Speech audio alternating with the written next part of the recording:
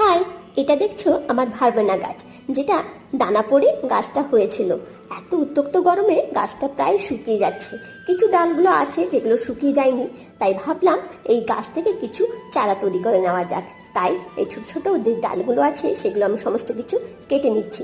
কেটে নেওয়ার পর এই যে নিচের দিকে যে পাতাগুলো রয়েছে সেগুলো একটু ছাড়িয়ে নিলাম।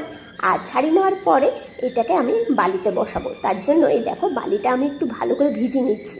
যেহেতু এই ডালগুলো আমি রুটিং হরমোন পাউডার দিয়ে গাছগুলোকে বসাবো, সেই জন্য রুটিং হরমোনটা জল দেওয়ার পর পরে যদি জল দিই তাহলে ধুয়ে যেতে পারে। তাই আগের থেকে এই ভালো করে বালিটা জল দিয়ে ভিজিয়ে নিলাম।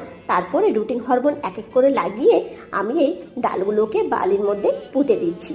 পুঁতে দেওয়ার পর সমস্ত গাছগুলোকে এবার আমি একটা ছাওয়া জায়গায় রেখে দেবো। একদম রেডি হয়ে গেছে। তাহলে আমি চললাম এগুলো ছায়া জায়গায় রাখতে। তো টাটা। হাই, এটা দেখছো আমার ভারবেনা গাছ।